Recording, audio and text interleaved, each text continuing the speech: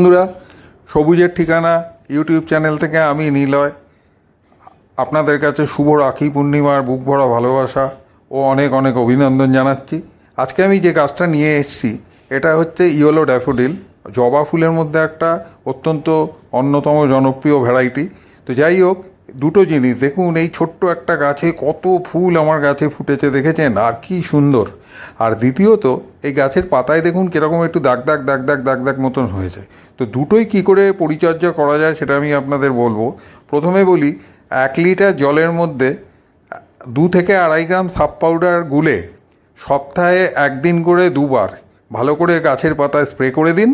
আর যেটুকুনি বেঁচে থাকবে সেটা গাছের গোড়ায় দিয়ে দেবেন, যদি গাছের মাটি খুব ভিজে না থাকে। আর যেদিন এটা করবেন ঠিক তার 3 দিন বাদে বায়োভিটা এক্স 1 লিটার জলে 1 ml গুলে ভালো করে গাছে স্প্রে করে দেবেন, তাহলেই হবে।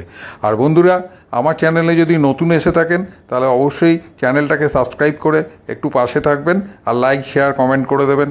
সবাই খুব খুব ভালো থাকবেন, প্রচুর প্রচুর গাছ লাগাবেন। নমস্কার।